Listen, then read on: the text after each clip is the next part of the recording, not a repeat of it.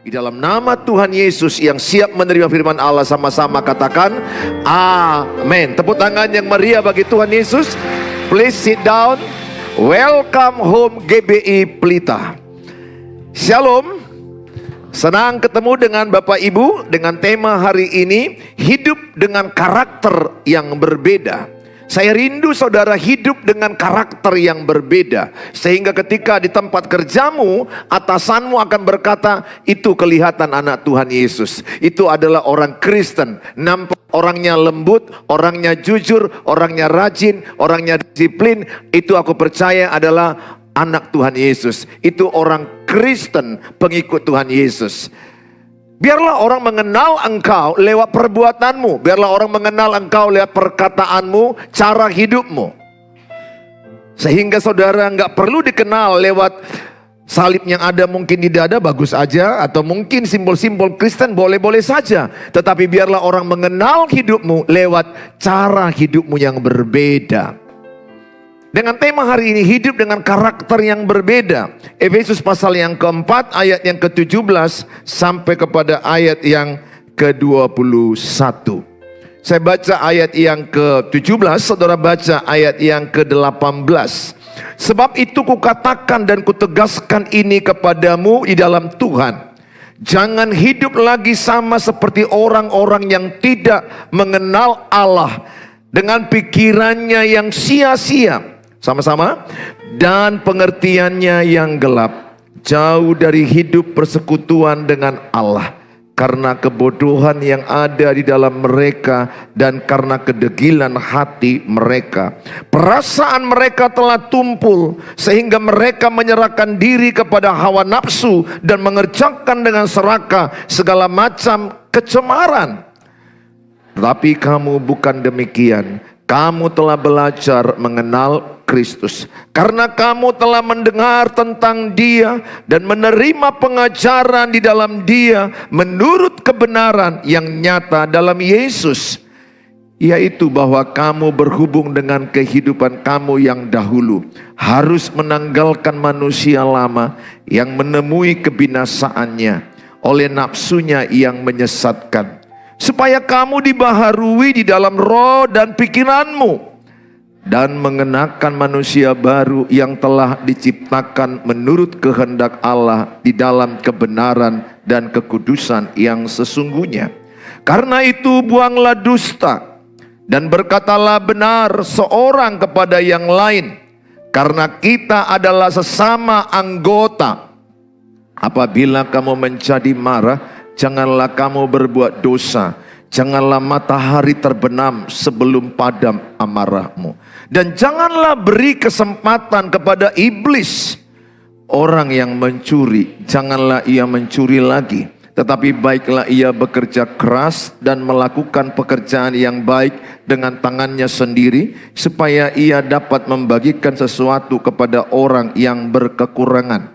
Janganlah ada perkataan kotor keluar dari mulutmu, tetapi pakailah perkataan yang baik untuk membangun di mana perlu, supaya mereka yang mendengarnya beroleh kasih karunia.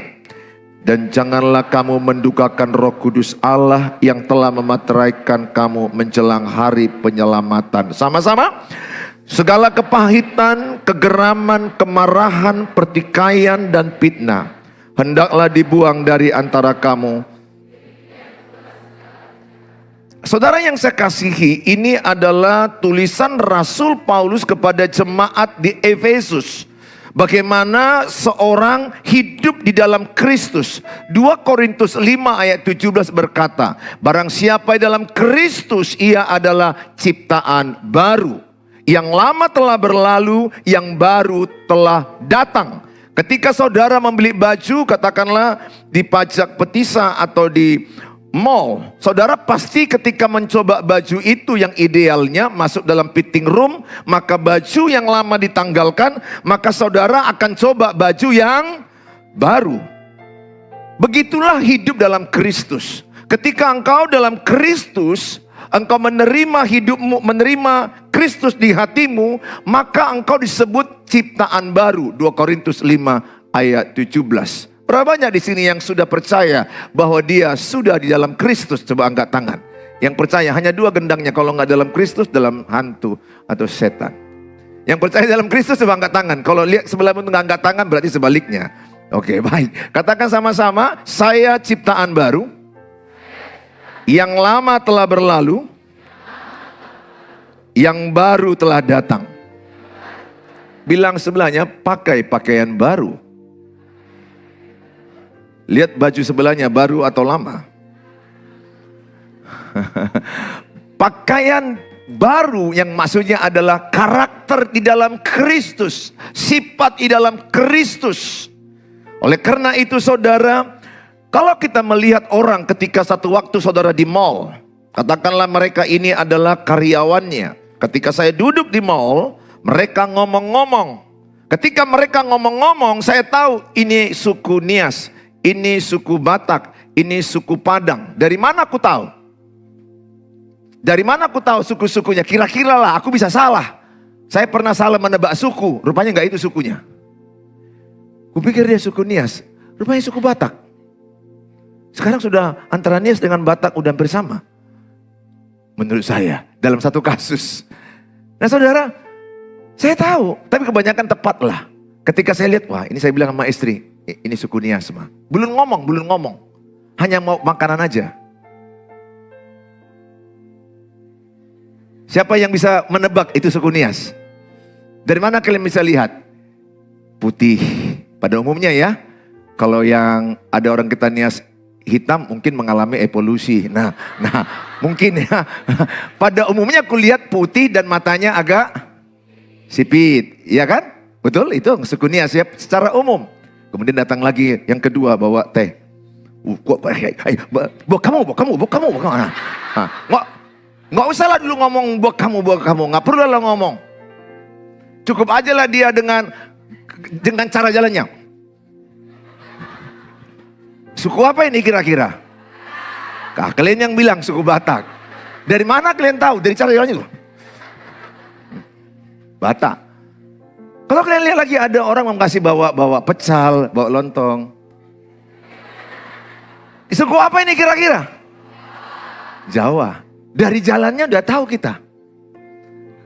Gambarannya ya. Mana tahu orang Batak yang lahir di Jawa. Kita salah tebak. Orang kita Nias yang lahir di Jakarta. Udah gak tahu bahasa Nias. Udah, begitulah. Kemudian dari cara ngomong, dialek ngomong. Kalau kita lihat ada orang bilang F jadi P jadi F. Itu suku apa? Batak. Ya, Batak. Coba ucapkan firman. 1, 2 ya. Nah, banyakan firman. Harusnya itu F atau P? Yang benarnya apa bilangnya? Nah, aku pun susah. Karena aku orang Batak. Kalau ke Pak Sakam bilang firman, bertaburan air ludahku. Daripada kalian kubaptis, lebih bagus sudah terima firman Tuhan. Aku orang Batak soalnya. Saya pernah ngajar bilang, harusnya kan keju. Ya kan? Harusnya keju kan? Aku bilang di kelas, keju. Nah saudara, aku malunya bukan main. Aduh, bukan keju. Bilang kan ke E lemah ke E biasa dengan E lemah, kita kan susah. Kan begitu, dari situ nampak kita, oh ini Batak ini. Betul? Kalau orang Jawa, medoknya. Where do you go? Bahasa Inggris tapi medok Jawa. Do you believe? Aku pernah kayak gitu, karena aku lahirnya dulu di perkebunan. Saya dulu tinggal di daerah perkebunan, jadi orang Jawa sekelilingku.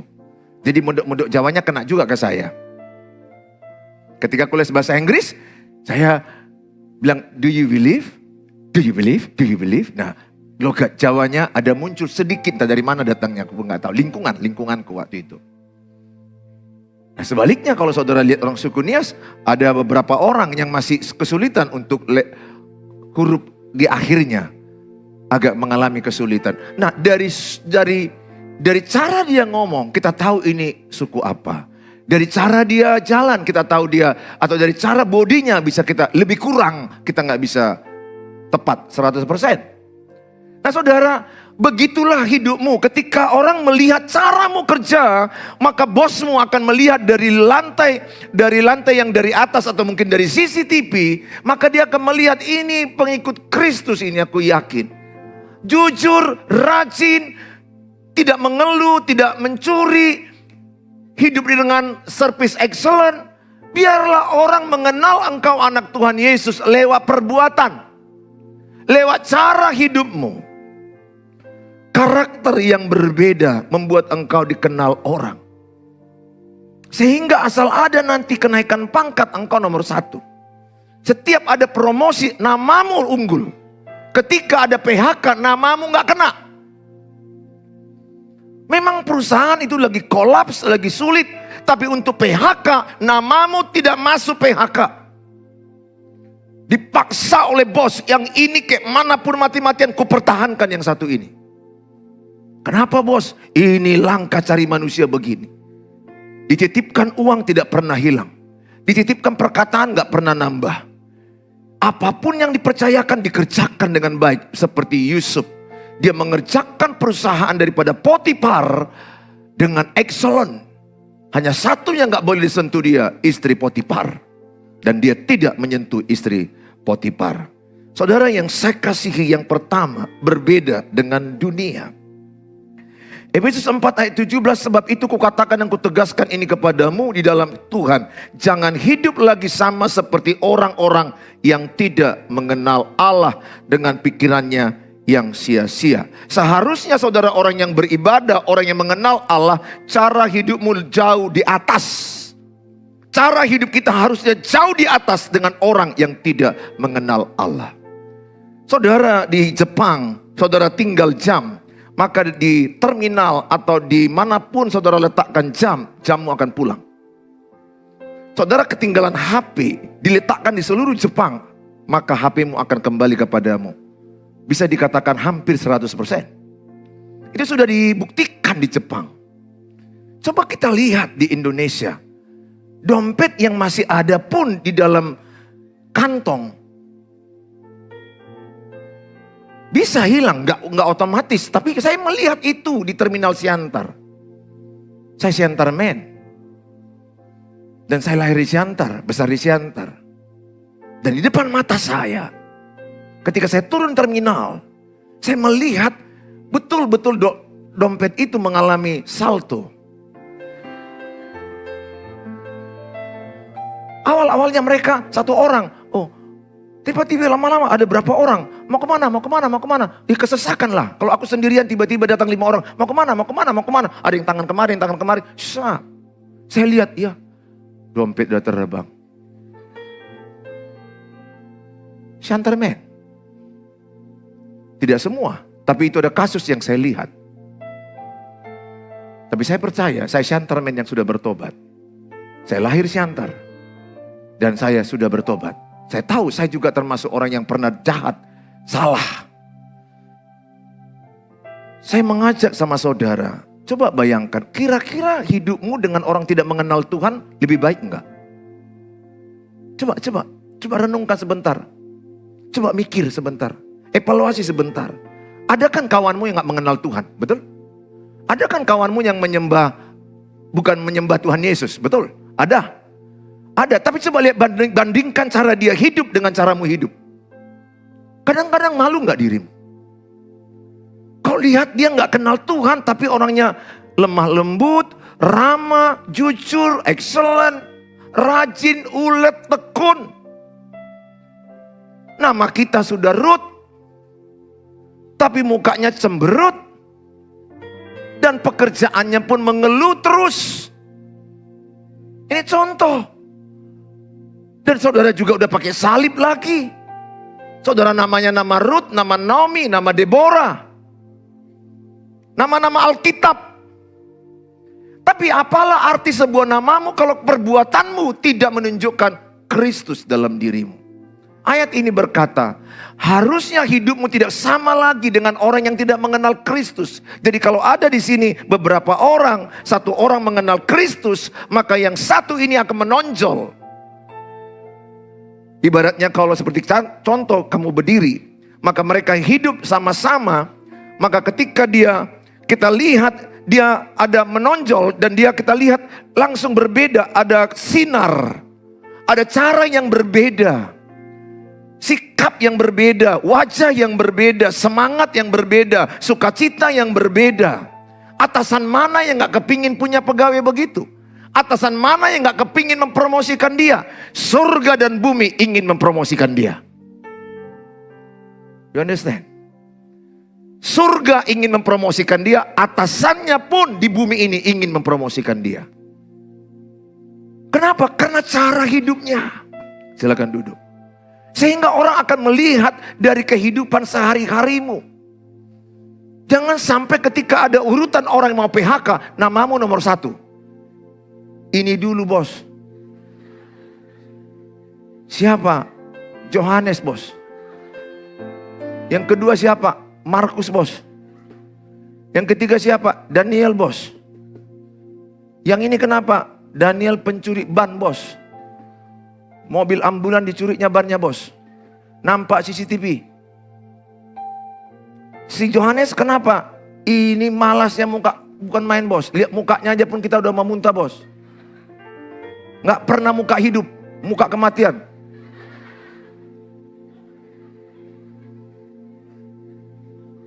Lalat pun mau hinggap nggak berau, nggak tega, karena dia merasa lebih nggak layak. Ada loh orang nggak ada menunjukkan aura kehidupan. Pokoknya mukanya itu paling jelek lah tiap hari.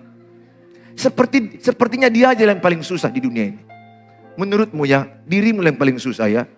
Yang sebelahmu itu lebih susah. Serius, yang sebelahmu itu lebih susah. Yang nggak taunya kau kayak mana persoalannya.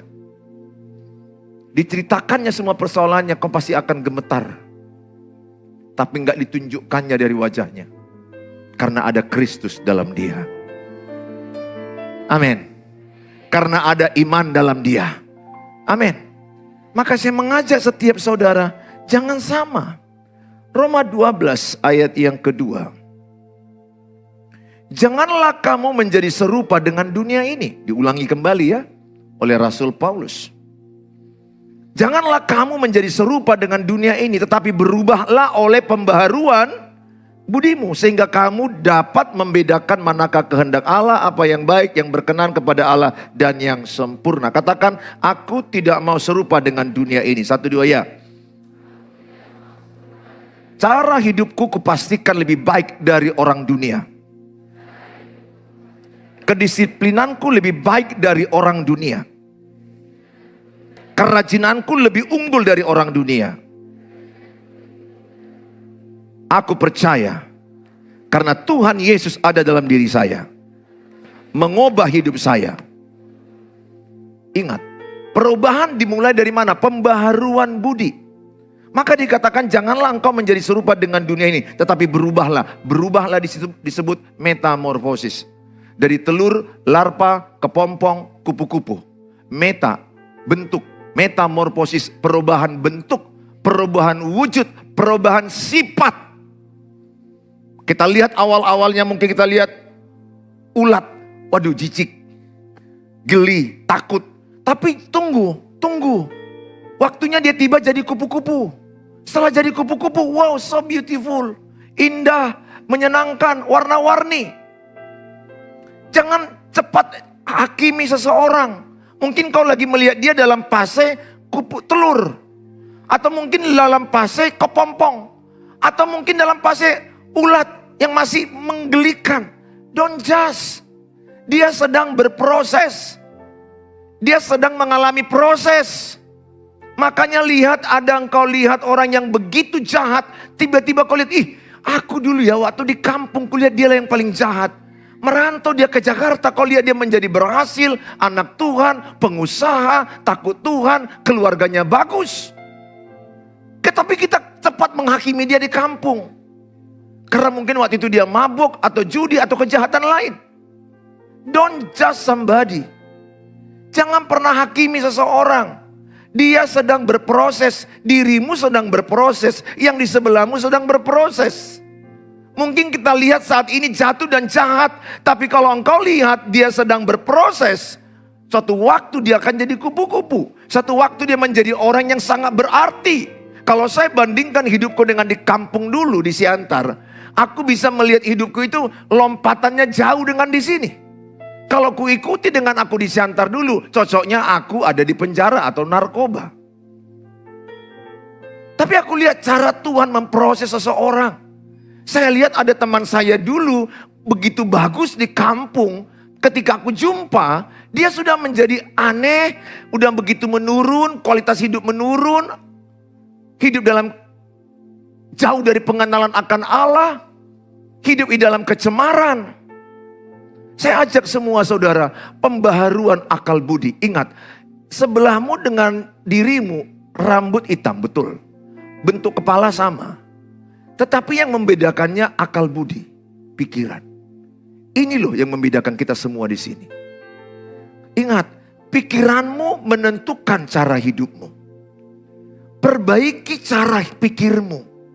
Perhatikan, menentukan masa depanmu adalah pikiranmu. What do you think? Apa yang kau pikirkan, itulah dirimu.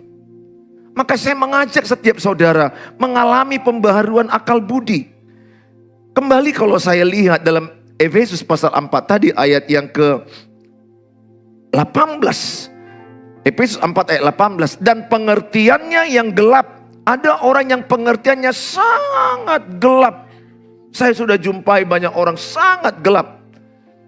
Wow. Jauh dari hidup persekutuan dengan Allah. Saya bersyukur saudara semua malam ini datang mau bersekutu dengan Allah. Karena kebodohan yang ada dalam mereka dan karena kedegilan hati mereka. Apa bodoh, beda bodoh dengan degil? Bodoh tidak tahu dikasih tahu jadi tahu. Degil dikasih tahu makin dibuatnya itu. Merokok itu adalah merusak paru-paru. Dia sudah tahu. Betul? Merokok merusak paru-paru. Sambil dilihatnya bungkus rokok, baru situ ada gambar tengkorak lagi. Dibacanya lagi satu-satu. Dapat menimbulkan kanker, penyakit jantung, impotensi. Ini bodoh atau degil? Degil. Saudara jujur, cek dirimu masih adakah kebodohan atau kedegilan. Saya juga masih cek. Mungkin masih ada juga kedegilan sama saya masalah makan. Saya sudah tahu makan itu harus lebih banyak sayur. Tapi kadang-kadang saya masih degil, saya masih berjuang. Ampuni aku Tuhan, karena masih entah kenapa masih enak babi panggang ini. Entah kenapa lah. Babi diapai aja pun enak. Direbus enak, dicincang enak, dipanggang enak, digoreng lagi. Tapi gak boleh disalahkan babi. Kitalah yang tidak menguasai diri. Buah roh yang ke-9. Kuasa diri, penguasaan diri. Jadi saya harus mengaku jujur. Saya masih ada berjuang daerah itu. Sama dengan saudara yang diingatkan. Tidur jam 11 paling lama. Betul? Tanya sebelahnya. Kau tidur jam berapa? Dan saya mau ingatkan malam ini juga. Tidurlah sebelum jam 11. Paling lama jam 11. Supaya engkau bisa bangun jam 5. Tapi yang sebelahnya itu tidur jam 3. Orang udah tidur, dia meng-WA. Dia tanya sama temannya. Kau tadi gak nampak ya di gereja? Jam 1 loh, jam 1 pagi loh ditanyanya. Nah kawannya pun menjawab, oh tadi aku di belakang. Jumpa mereka. Ternyata mereka manusia pagi. Manusia malam mungkin ya. Hidupnya malam. Kayak kali lawar. Tapi yang benar itu kan tidur jam berapa? Jam 11 lah. Karena ada proses detox. Pengeluaran racun-racun. Detoksifikasi. Racun. Dikeluarkan oleh hati. Oleh paru-paru. Semua itu akan mengeluarkan racun. Penting sekali supaya engkau sehat. Tapi kadang-kadang kita sudah tahu. Kita langgar. Namanya apa? Degil. Tanya sebelahnya, kau bodoh atau degil? Mana lebih suka kau cowok yang bodoh atau degil?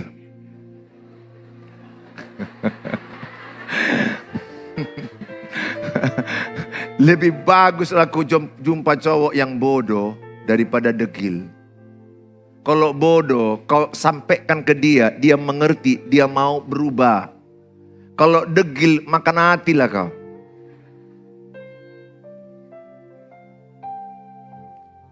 Ayat yang ke-19, perasaan mereka telah tumpul. Orang yang di luar Tuhan Yesus, perasaan mereka tumpul. Sehingga mereka menyerahkan diri kepada hawa nafsu dan mengerjakan berbagai kecemaran. Jadi orang yang di luar Tuhan Yesus tumpul. Artinya ketika dia buat dosa, hati nuraninya tidak tertuduh lagi. Tidak ada lagi kata-kata di hatinya, engkau telah berdosa, engkau telah salah, engkau menyakiti hati Tuhan, engkau jauh dari Tuhan. Kalau saudara berbuat dosa, berbohong, kemudian ada tuduhan di hatimu, mengaku, itu dosa. Artinya engkau masih benar Kristenmu. Tapi kalau engkau berbohong, kemudian kau bisa nyanyi, haleluya, haleluya, betapa hebatnya lah dramamu. Betapa hebatnya lah sinetronmu. Bahkan bisa tampil di mimbar ini tapi penuh kebohongan, penuh dengan hal yang najis, penuh dengan perzinahan. Tapi kita seolah-olah hidup di dalam kekudusan. Saudara, Roma 12 ayat 9, kasih itu tidak berpura-pura. Saya berdoa setiap saudara, hati nuranimu masih hidup, masih tajam. Sehingga sedikit aja kau bohong, ada alarm yang berkata, itu dosa. Atau ketika engkau mengambil barang orang lain, itu mencuri. Apakah hati nuranimu sudah tumpul? Seperti orang-orang yang sudah menyerahkan tubuhnya kepada hawa nafsu. Sehingga dia terus memboroskan gadgetnya dengan pornografi, blue film. Bahkan bisa melakukan seks bebas. Tubuhnya digilir oleh banyak orang. Hidupnya sudah gak lagi kudus. Habis ibadah begini pulang pegangan tangan, berdua lagi nanti ke kamar, melakukan hubungan seks lagi, ibadah lagi besok. Itu tumpul. Begitukah Kristen? Tidak. Kalau engkau sudah pegangan tangan, saya katakan, nggak lama lagi itu ciuman, nggak lama lagi hubungan seks. Laki-laki mana cukup dengan ciuman? Laki-laki selalu minta lebih, wanita juga. Dengar baik. Saya berdoa hati nuranimu tidak tumpul. Betul, kita nggak langsung sempurna. Tapi paling tidak hati nuranimu masih bunyi. Kalau engkau sudah pernah melakukan persetubuhan, belum diberkati Tuhan. Tapi di hati kecilmu berkata, Tuhan aku telah berdosa. Ampuni aku Tuhan. Tuhan mengampunimu. Dan Tuhan berkata kepada perempuan yang berzina itu, pergilah dan jangan berbuat dosa lagi. Saya ucapkan juga kepadamu perpanjangan perkataan Yesus. Kalau ada di ruangan yang sudah berzina, dosamu telah diampuni dan jangan berzina lagi. Kalau engkau sudah nggak tahan karena kau puber mengotaki, mintalah ke Pak Lurah supaya kau diberkati. Seperti lagu, Pak Lurah, tolong aku dikawinkan. Ya, kalau kau nggak itu ayatnya. Kalau kau nggak memang udah nggak tahan menahan hawa nafsumu, sebaiknya kau menikah. Apalagi saudara yang sudah melayani di mimbar ini, saya berharap jaga betul. Kalian pun saling menjaga. Cara pakaian jangan pakai rok mini lagi. Baju jangan lagi you can see my bulu ketek. Bau ketekmu. Perlu tawas. Rexona. Cara hidupmu yang berbeda itu loh. Pak, kita kan gak langsung sempurna. Betul, ketika aku menerima Tuhan Yesus, rohku langsung diperbaharui. Itu ciptaan baru. Dan kalau aku meninggal, aku percaya aku menerima hidup kekal. Tetapi untuk jiwaku diperbaharui sehari demi sehari. Kolose 3 ayat yang ke-10. Kolose 3 ayat yang ke-10. Dan telah mengenakan manusia baru yang terus menerus diperbaharui untuk apa? Memperoleh pengetahuan yang benar menurut gambar kaliknya, menurut gambar Tuhan Yesus. Terus menerus saya diperbaharui. Katakan 1, 2 ya. Terus menerus saya diperbaharui. Katakan sebelahnya, tepuk sebelahnya. Terus menerus kau diperbaharui. Saya mau tanya, semakin lama kau ikut Yesus, kau makin merasa mirip Yesus enggak? Halo? Kan orang bilang begini, orang kalau udah menikah 20 tahun makin lama makin mirip mukanya ya. Itu ya. Yang beruntung yang mukanya jelek kan begitu. Saya bilang sama istri saya, Mama kita udah lama menikah, kayaknya wajah kita makin mirip. Oh enggak, aku rugi katanya saudara. Oh Tuhan ampunilah aku. Karena wajahku ini begitu banyak tempat bisa bergantungnya lalat atau apa mungkin. Bekas jerawat dulu. Seharusnya kalau saudara semakin dekat dengan Tuhan Yesus, engkau makin mirip Tuhan Yesus. Karena engkau bergaul dengan Tuhan Yesus. Oleh karena itu saya mengatakan sama saudara, apakah menurutmu hidupmu semakin mirip Tuhan Yesus? Maksudku perkataanmu. Maksudku hatimu. Kalau ada orang berbuat jahat padamu, kau balas jahat enggak? Siapa di sini yang kalau orang berbuat jahat pada dia dibalas dengan kebaikan? Dikasih makan, pakai lontong, pakai telur, pakai teh susu, pakai kopi susu. Itu kan Tuhan Yesus kan begitu. Kan Roma 12 ayat 20-21. Kalahkanlah kejahatan dengan kebaikan. Berilah makan minum seterumu, musuhmu. Kalahkanlah.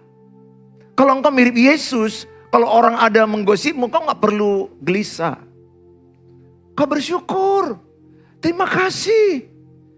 Karena dia sibuk mempromosikanmu. Gak perlu engkau menjadi galau, marah sama dia. Orang yang ikut Yesus, ciri-cirinya adalah membalas kejahatan dengan kebaikan. Memberkati musuhnya, memberkati orang yang menyakiti dia. Katakan sama-sama, saya anak Tuhan Yesus. Aku pasti balas kejahatan dengan kebaikan. Ditampar pipi kanan, ku kasih pipi kiri. Kayaknya ada ku dengar, kaki kanan kau kasih. Kau tambah-tambahi, mana ada itu. Tampar pipi kanan, kasih pipi kiri. Artinya apa? Balas kejahatan dengan kebaikan. Sehingga menurut aku ya, gak ada musuhku. Karena semua yang jahat sama aku kubaiki. Gak ada musuhku. Musuhku hanya roh-roh jahat di udara. Istriku gak musuhku. Keluarga mertuaku gak musuhku. Gak ada manusia musuh kita. Gak ada manusia musuhmu. Musuhmu hanya roh-roh jahat di udara. Itulah Efesus 6 ayat 12. Roh-roh jahat yang di udara inilah musuh kita. Sehingga engkau tidak perlu ada musuhmu dengan siapapun.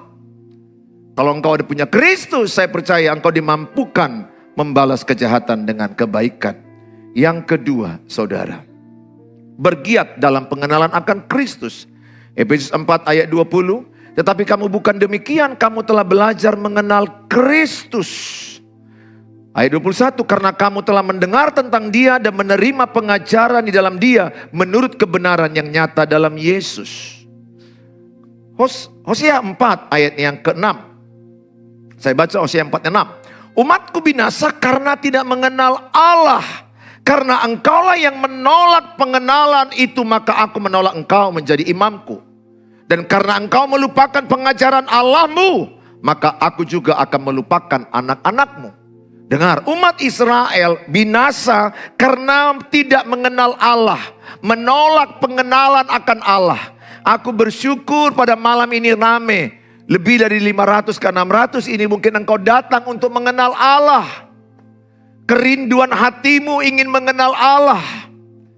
Engkau tidak sempurna, saya tidak sempurna, tapi di hati kecilmu engkau ingin mengenal Allah. Tapi tidak cukup hanya sekali seminggu. Engkau perlu saat teduh. Engkau perlu baca Alkitab tiap hari. Engkau perlu keluarga rohani. I care, keluarga rohaniku, ikuti. Saudara, penting karena engkau tidak bisa kuat sendirian. Engkau butuh komunitas yang menolong, yang menguatkan engkau. Guna keluarga rohani apa? Saling mendoakan, saling menasehati, saling mendukung, saling menghiburkan. Di gereja ini ada namanya I Care Keluarga Rohani. Tidak memandang merek gereja. Kami tidak terlalu memandang merek gerejamu. Kita satu dalam Kristus. Kita bersaudara, ayo gabung dengan keluarga rohani. Saudara yang saya kasihi, saya baca kembali Kolose 2 ayat yang ke-7. Kolose 2 ayat 7, hendaklah kamu berakar di dalam Dia dan dibangun di atas Dia. Hendaklah kamu bertambah teguh dalam iman yang telah diajarkan kepadamu, dan hendaklah hatimu melimpah dengan syukur. Saya rindu setiap saudara punyalah kerinduan berakar dalam Kristus. Maksudnya apa? Mengenal Kristus lebih dalam lagi. Pohon korma, pohon aras Libanon yang ada di Timur Tengah, padang gurun. Itu ditanamnya itu dengan ditimpa batu 40 kilo atau 25 kilo. Supaya benihnya itu terus menancap ke dasar. Supaya akarnya tumbuh bisa menyerap sari-sari makanan. Akarnya kuat. Ketika akarnya kuat dia tumbuh. Maka batu itu digulingkannya. Maka pohon aras Libanon bisa 40 meter tingginya. Maka yang paling penting tumbuh ke dalam. Jangan cepat-cepat ingin kaya. Jangan cepat-cepat ingin terkenal. Jangan cepat-cepat ingin hebat. Hidupmu nanti tidak kuat. Sedikit ada goncangan engkau jatuh. Kalau saat ini Tuhan sedang proses engkau. Karena Tuhan ingin membangun akarmu lebih dalam. Lewat penderitaan hidup, lewat kesulitan hidup. Akarmu semakin mengenal Tuhan. Kenapa engkau menderita diizinkan Tuhan? Kenapa saya menderita diizinkan Tuhan? Supaya aku rendah hati, supaya aku mengenal Dia, supaya aku datang pada Dia. Karena kecenderungan manusia kalau hidup tanpa masalah, lupa akan Tuhan. Oleh karena itu Tuhan mengasihimu. Ayolah berakar dalam Dia, bertumbuhlah supaya engkau kuat. Lihat ada orang yang menjual imannya hanya karena menikah. Ada orang yang menjual imannya hanya karena jabatan. Betapa ceteknya, betapa rendahnya pengenalan akan Allah. Saya yang lebih lucu lagi, di kampungnya pagi doa, pagi doa, pagi doa. Merantau nanti ke Padang, merantau nanti ke Aceh, merantau nanti ke Jambi. Saya sudah dengar, dia nggak lagi seiman. Dia tinggalkan salib. Bagi saya itu menyedihkan. Berarti ibadah yang dilakukannya dulu tidak mengenal Allah. Dia hanya ibadah rutinitas. Kalau engkau mengenal Allah, engkau dalam mengenal Allah, engkau berakar. Ketika ada orang mengajakmu menikah walaupun usiamu udah 35 tahun. Engkau akan memilih tetap ikut Yesus daripada menikah dengan jual iman. Kenapa? Karena engkau mengenal Allah. Lihat temanmu, ada yang menjual imannya. Ada yang menjual salib. Ada yang menyalibkan Yesus lewat pernikahannya. Saya berdoa engkau mengenal Allah. Ketika orang menawarkan korupsi, kau tidak mau korupsi karena engkau mengenal Allah. Karena kau takut akan Allah. Itu kerinduan Tuhan pada hari ini. Ayo punya waktulah berdoa. Punya waktulah baca Alkitab. Berakarlah. Gak tahu kau kapan ada masalah. Gak tahu tiba-tiba ada persoalan. Akarmu udah kuat. Engkau tidak ambruk. Lihat pernikahan orang Kristen. Dikenal dulu tidak cerai kecuali kematian. Sekarang pasti ada yang kau kenal yang udah bercerai. Bukan karena kematian. Betul? Ada yang kau kenal orang yang bercerai bukan karena kematian. Harusnya orang Kristen dulu dikenal apa? Perceraian hanya oleh karena. Tapi sekarang kau lihat. Udah banyak orang bercerai bukan karena kematian. Hanya gara-gara aku udah gak punya rasa sama kau. Oh Tuhan Yesus. Om menetong asal kawin do iton.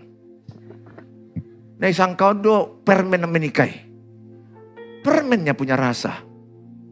Pernikahan gak pakai rasa lagi. Makin lama gak rasa lagi. Sekarang aja kau kalau kau pacaran sikit pegang. Kontak. Korslet, korslet. Nagih lagi, korslet, nagih lagi, korslet, nagih lagi. Makin lama kau menikah gak itu lagi bos. Tanya yang sudah lama-lama menikah. Atau tanyalah bapak mama yang masih hidup. Pak, mak, masih rasa-rasa enggak? Aku mesti ku pegang tangan, terasa enggak? Ya terasa pinjaman. Karena ada pinjaman kami yang harus dibayar ke bank. Jujur, Nggak kayak kalian lagi. Bukan aku bilang kalau suami istri nggak perlu lagi melakukan hubungan yang baik dengan suami istri. Nggak, bukan. Tapi nggak itu lagi prioritas. Komitmen. Menikah itu komitmen. Menikah itu adalah covenant, perjanjian setia, hanya maut memisahkan. Kalau ada orang yang kau mau sedang cari, carilah calon suami, carilah calon istri yang mau sampai kematian memisahkan. Ini enggak, baru pacaran, putus. Per semester putusnya, per semester. Kenapa kau putus? Ganti semester, ganti KHS. Mak, garis kan. Udah ganti kurikulum. Jadi harus ganti semuanya, Pak.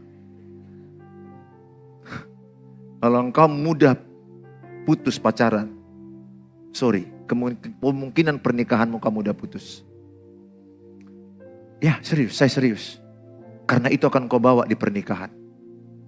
Yang kalau engkau bertengkar waktu pacaran, putus kita, putus kita. Tapi gak putus-putus. Yang mendengarkan udah capek, gak jadi-jadi putus-putus. Udah 5 tahun lah kau bilang, putus kita, putus kita, putus kita. Gak putus-putus. Teman-temannya yang memuntaliannya, udah lihat tuh. Kalau engkau waktu pacaran mudah bilang itu, dengar. Waktu kau menikah, engkau akan mudah bilang itu. Apa yang kau pertunjukkan waktu pacaran, itu akan kau pertunjukkan waktu menikah. Dengar. Dan iblis paling suka kalimat itu. Dia paling suka lihat orang Kristen broken home. Dia paling suka menghancurkan keluarga Kristen dari papa mama yang bercerai. Supaya hancur anak-anaknya. Dengar. Jangan biasakan anakku. Kalau engkau sudah pacaran, jangan mudah putus. Jangan. Bukan aku bilang gak bisa ya. Karena pacaran kan gak ada ikatan. Tapi kau tidak mudah putus. Makanya saya bilang kalau engkau cari pacar, cari calon suami. Cari calon istri. Sehingga engkau tidak pernah sikit-sikit pisah. Sebelum pisah pun nanti udah silent treatment, diam-diaman. Gak bisa kau menikah diam-diaman. Ada masalah nanti menikah, silent treatment, diam-diaman. Anakmu 3, apalagi silent treatment. Satu sangkut di tiang listrik, satu di mana-mana. Dulu lah waktu kan di sini ada, aku tahu wajah-wajah yang sikit-sikit diam, silent. Kublok kau, kublok. Aku balas, rasakan pembalasan si buta dari gua hantu. Oh Tuhan. Kalau kau udah menikah, anakmu 2. Nangis sana. Mau kau blok suamimu? Ku blok kau. Oh Tuhan. Jangan ya. Kalau kau pacaran, jangan mudah bilang putus. Bilang sebelahnya, jangan mudah bilang putus. Ya, jangan mudah ya. Jangan ya. Saya nasihati ya, jangan ya. Kalau engkau lagi pacaran sekarang, pesan Bapak Pendeta, pacaranlah menuju pernikahan. Pacaranlah menuju jenjang pernikahan. Serius.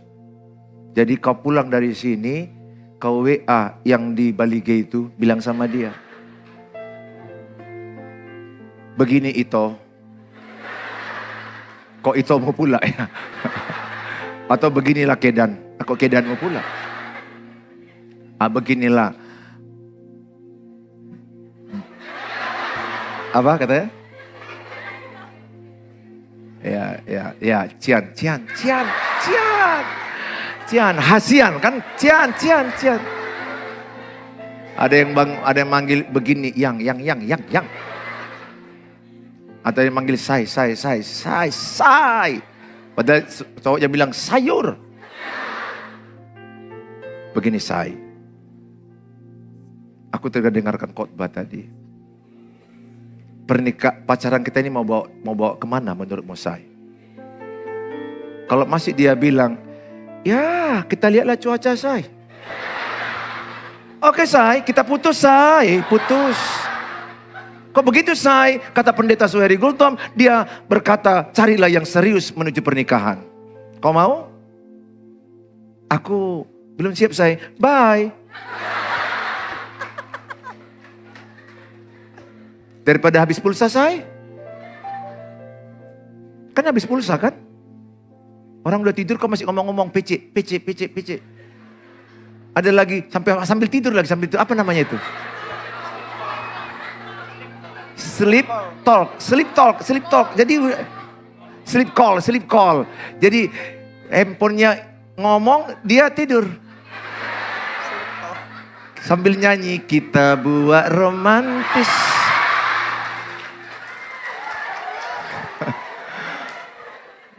Aduh, jangan kau lakukan itu.